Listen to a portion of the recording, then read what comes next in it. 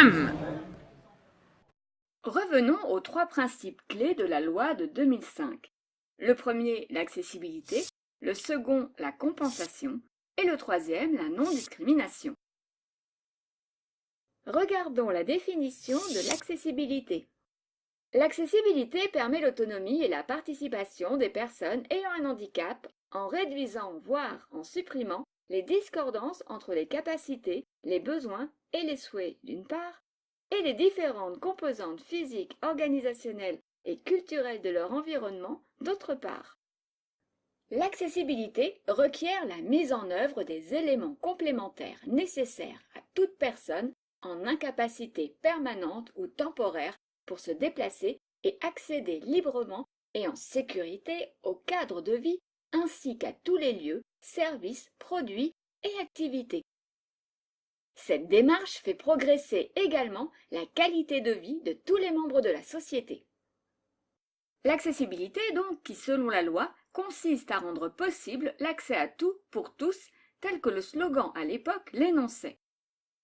L'autonomie est souvent une donnée peu comprise de l'entourage. Certains diront « mais on va l'aider », alors qu'une personne souhaite pouvoir aller et venir comme elle le désire, sans compter sur un tiers pour agir dans son quotidien. Cet article pose clairement la question de l'environnement. Si l'environnement est accessible, la personne peut alors être autonome. Il s'agit de l'accessibilité au sens large. Tous les aspects de la vie du citoyen sont concernés. Le cadre bâti, les transports, la voirie, l'école, l'entreprise, l'emploi, l'administration, le sport, la culture et les loisirs. Elle s'adresse à toutes les personnes, quel que soit le handicap, ce qui implique des situations d'accessibilité multiples, physiques, sensorielles, matérielles et pédagogiques.